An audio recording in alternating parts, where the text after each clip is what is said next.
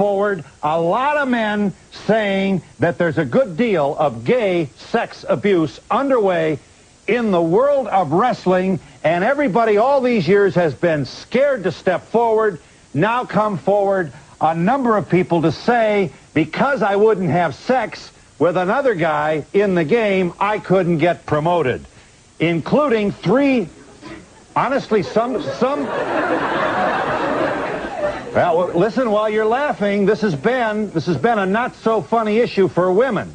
Now we have a casting couch, essentially, alleged, in the wrestling game, and some guys are saying, I lost my job because I wouldn't do this to this guy who was a higher, more powerful than me on the ladder. And before you think this is trivial, first of all, let's understand that a couple of these charges involve kids, 14 years old, juveniles. You go to jail for a long time if you're involved with sex of any kind with a juvenile. One more point.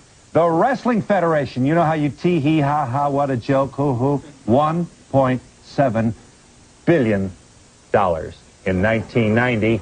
That's more revenue that has been generated by the NFL. So while you're laughing, somebody is whistling all the way to the bank. We have three people who used to be in the wrestling game who are going to tell you that they indeed encountered people who wanted sexual favors, and they were professionally penalized when they said no. And if you think the WWF is hiding behind lawyers, here is the head of that organization, who has accepted, incidentally, recently, resignations from two executives who stand accused of gay sexual harassment. He'll have a prepared statement. First, let's get the charges underway here. Gentlemen, Murray Hodgson, hired by Vince McMahon, here on my left, for the TV job. You were the commentator. And then fired 2 months later. What happened? Can you specifically, and without taking us around the world, tell us, what is it that happened to you? I wouldn't sleep with the vice president of operations, so they fired me. Is the vice president of operations one of those who resigned? Yes, he is. And do you want to name him? I don't think that'd be necessary. What did you announce? Did you do any color for any telecasts? Yes. About how long did you do the color? Oh, I started for about a month. They hired me for a 2-year deal, and it just went right out the window when I decided that I didn't want to sleep with the vice president. Was there any touching? Was there any kind of vulgar locker room activity? We're trying to be specific here, Murray, as a court of law would oblige any person to be of any gender. It was a little worse than that. He blatantly threatened my job security. He didn't say sleep with me, did he? Is that the way men talk? I don't think this is the proper forum to be I agree with you, and I appreciate details. very much you're bringing a certain amount of decorum to this. This is a daytime television show, and we don't want to draw any dirty pictures. Did it happen more than once? No. Just once? Yeah. And then how long after you said no were you dismissed? Just a couple of weeks. Barry Orton. Here's Barry O, the former professional wrestler, who you think you lost your job with the WWF after refusing similarly. Actually, no, I've never actually said that. Okay, that's something that the media has come out, and with the stories that I've given, they have kind of turned it around to where I've said that. I've never said that. However, I had encounters with two of the gentlemen that have resigned since the allegations began. And these incidents, of course, happened in 1978, which is a long time ago. However, the impact and the gravity of the situations are very severe. And, you know, if they were behaving that way then, and, you know, they would be behaving that way now, I would expect. No laugh here. You accused an executive of grabbing your crotch, legs, and chest and wouldn't stop. Yeah, well, I was in between the two of them in the back seat of a car on a trip. You were in the center. Right. And you thought it to be a place where a junior guy has to sit. Pretty much, This would be early 80s? This was 1978. 78. Right. So this is before the billion-dollar Wrestling Mania pay TV Hulk Hogan yes. era. And you had to drive, you know, you guys weren't weren't walking in money then. Right, and everyone, you know, the more people in the car, the better, because everyone would split the expenses and keep their car. And then don't you saying that you got out of the car and said, not me, and... Oh, yeah, you know, went on for several minutes. I finally demanded that the car be... At first, I thought it was kind of funny that they were joking, but then it became, you know, harassment. Right. Barry, it would be hard for a jury to feel a whole lot of sympathy for a guy of your size, you know what I mean? A helpless woman you're not. How old were you when this transpired? 19 years old. Probably about 35 pounds lighter. And also probably not altogether together in your head, like a lot of 19-year-olds. I don't know. Oh, absolutely not. You know, and I was trying to be accepted into, you know, into the business. Yeah. I was young, I was green. And you got the big dream ahead of you. Maybe you're going to be the big guy. And there was money if you got on the main card. Made, yes. Yeah. So you're following your dream, and I suppose you want us to know, among other things, that when a couple of guys in the game, executive types, come on to you like that, and you're 19 years old, you may be a little hesitant to tee them off. Of course. You know, and so I endured it for as long as I could until it became, you know, I started feeling suffocated or, you know, and I couldn't take it anymore. Tom Hankins, you're likewise a pro wrestler. What's your story, Tom? Well, I'm a former pro wrestler. I got out of the business about 4 years ago, but back in 1985 in Los Angeles, California, at the University Hilton Hotel, after the WWF had run a card at the sports arena, I was sitting at a bar with, I guess, can I name these people? Sure, go ahead. With Pat Patterson, Andre the Giant, Dr. Jerry Graham, and Mike LaBelle. He was the Los Angeles promoter at the time, or a former promoter in Los Angeles. Right. And we sat there drinking maybe for an hour or so. I was talking to Pat. I'd known Pat for maybe 6 months. I knew he was gay, but, you know, it didn't matter to me if he was gay or not. And I knew he was actually kind of running the shows in L.A. at the time. I don't believe he was in position as the booker yet. And I asked him... Let me interrupt to say that he is one of the executives who has resigned. Right. Very good, sir. And I asked him what was the chance of using me to do jobs, which means I was a loser. I'm not real big. I never made a lot of money in the business. I didn't really expect to go in the WWF, make a lot of money. But you wanted to be in the game? Yeah, I loved the business. I started out, I worked for $10 a night sometimes in Tennessee, not just to wrestle, just to be in the business. Right. At the time, in '85, I was wrestling in Hawaii, and Mexico, and Southern California. So I asked Pat for, if you give me a shot or at least a tryout. He said, well, you got 2 chances, slim and none. He goes, well, there is one way. And he wanted me to come up to the room with him and have oral sex with him. And I said, oh, I'm not interested. And after that, I went to the next show they had at the sports arena. Went down to the dressing room where they'd always let me, I was in the dressing room, friends with a lot of the other wrestlers there. And Pat had me physically thrown out after that, acted like he didn't know me. Right. What brings you forward now, gentlemen?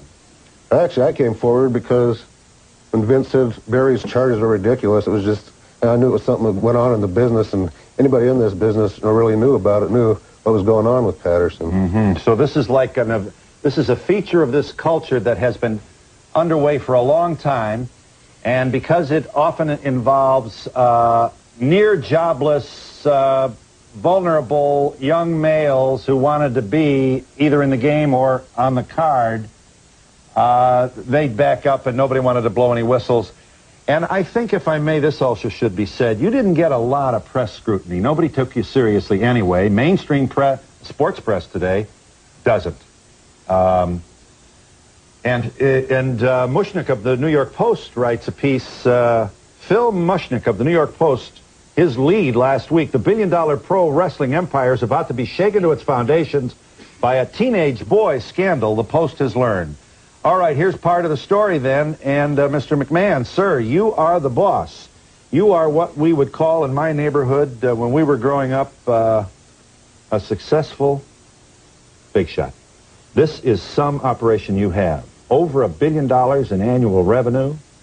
You have, throughout the 80s, taken this thing that so many people snicker at. You have filled the Pontiac Superdome with the help of Hulk Hogan and an occasional theatrical idea that included Cyndi Lauper and the marriage of kind of pop music with this through the roof. Through the roof. The PGA should pray for these kinds of revenue. And now, here you are being accused, Mr. McMahon, of presiding over an organization that looked the other way while these sex harassment charges were being, sex harassment activity was taking place. Sir, you wanted to say. We've never looked the other way. in anything. And I'm very happy to confront everyone today with whatever allegation they have. The three individuals about whom most of these allegations are hurled are no longer with the WWF. We have started an independent investigation on our own to get to the bottom of all of this, and that's why we're here today, is to get to the bottom of it. We may even learn something here today that my investigators do not know. I want to get to the bottom of it just like you gentlemen do.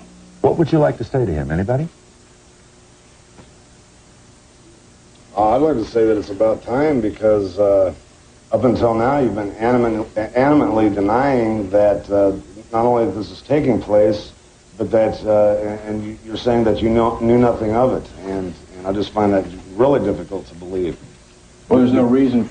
How do you find it difficult to believe that I knew nothing of it? Why would I condone this kind of activity and risk this alleged kind of revenue? Because, Vince, because you are the king of an empire, and you have eyes and ears everywhere, and it is so common, at least the topic of conversation for 3 to 5 minutes every night in the dressing room, because a lot of the guys, they have to put up with it, and they hate it, because if they say anything, they're out of a job.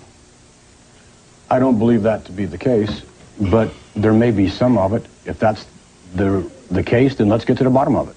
I'm anxious to learn, just as you are. Well, when this I want a wholesome organization. I want an organization that everyone can be proud of.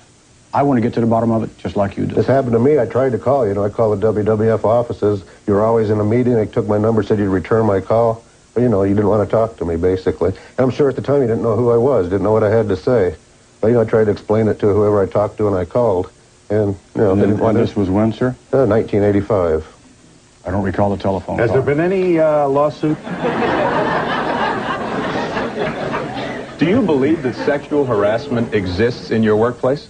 I believe that there's a possibility of sexual harassment existing everywhere. And I asked directly if it was at the World Wrestling Federation. And I don't want it in my organization. I don't want it. I'd like to reiterate the question. Do you believe there is sexual harassment amongst the wrestlers or employees at the World Wrestling Federation today? There is a possibility of that.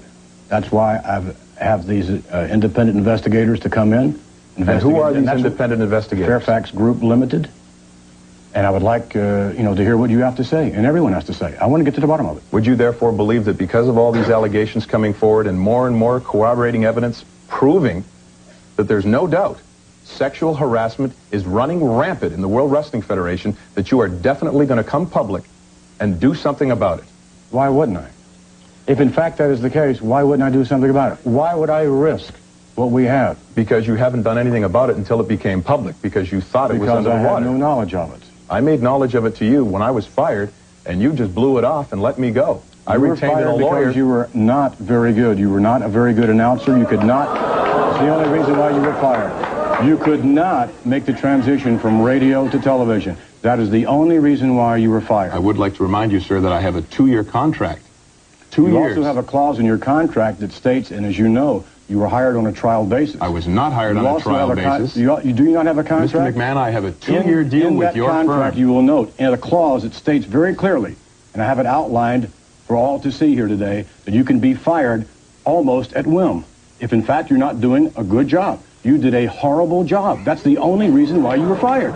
That's it. Maybe I should point out, first and foremost, that might be your inability to pick good talent. It could be. You had a national talent search, Vince McMahon. Could be. You advertised in Billboard magazine and across many different media sources searching for one man that could be the new face and voice of the World Wrestling Federation. You flew me in back and forth 4 and 5 different times from Detroit, and you chose over the course of 1 year of negotiations that I would be the man for that job. I didn't sleep with your vice president. 2 weeks later, I'm fired. I also want to point out one very important fact. From your office came a letter to my landlord to verify my employment. From that letter, I must bring this point up. It says, Murray Hodson has a very secure job with Titan Sports and is a positive and productive employee. From your office. Just because I don't sleep with your vice president, that qualifies to blow me out of a 2-year deal? I don't buy it. Right.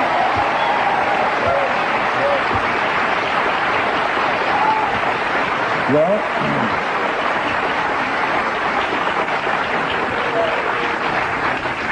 said very well, but I believe untrue. If in fact these allegations against Pat Patterson, whom you won't name, are true, why not pursue the legal course, the legal recourse. Why not pursue? We are doing that right now. You are. And you are aware that you waited 6 months after you were let go to bring these homosexual charges against Pat Patterson. 6 months you waited. Why? September 14th. If in fact you were fired on